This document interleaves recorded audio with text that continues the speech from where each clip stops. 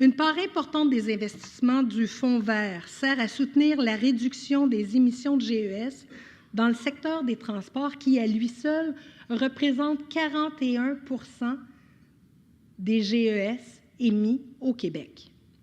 À cet égard, l'électrification des transports constitue un axe d'intervention prioritaire pour le gouvernement du Québec qui trouve écho dans le plan d'action en électrification des transports 2015-2020.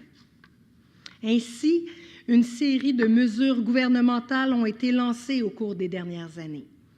Elles ont eu des résultats positifs puisque le Québec occupe aujourd'hui le plus important marché de vente de véhicules électriques au Canada.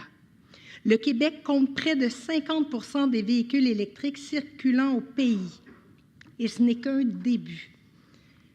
Je suis fière puisque le 11 janvier dernier, la norme véhicule zéro émission, ou ce qu'on appelle de façon très sexy la VZE, est venue bonifier l'action du Québec dans ce domaine en stimulant l'offre de véhicules à faible ou à zéro émission proposée par les constructeurs automobiles aux consommateurs québécois, autant en nombre, en variété qu'en qualité.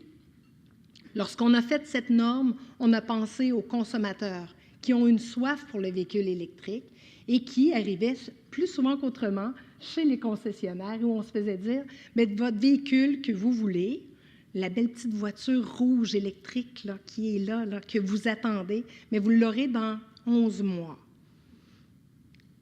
C'était un peu décourageant.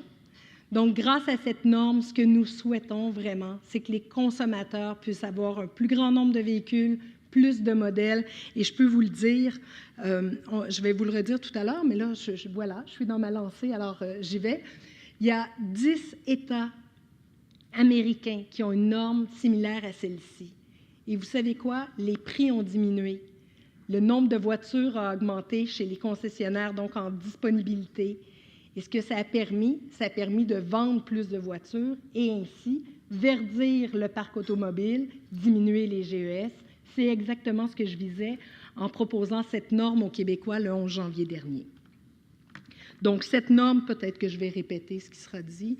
Alors, cette norme nous permettra de réduire durablement les émissions de gaz à effet de serre dans le secteur des transports. Verdir notre parc automobile, c'est l'objectif. Et notre objectif est d'atteindre 100 000 véhicules zéro émission immatriculés au Québec pour 2020. Actuellement, on est autour de 24 000 véhicules. Vous allez me dire, ouf, il faut que ça aille vite. Et oui, il faut que ça aille vite. Et c'est pourquoi on s'est donné une norme sévère, disons-le, très sévère, mais pour pouvoir atteindre les objectifs que nous nous sommes fixés.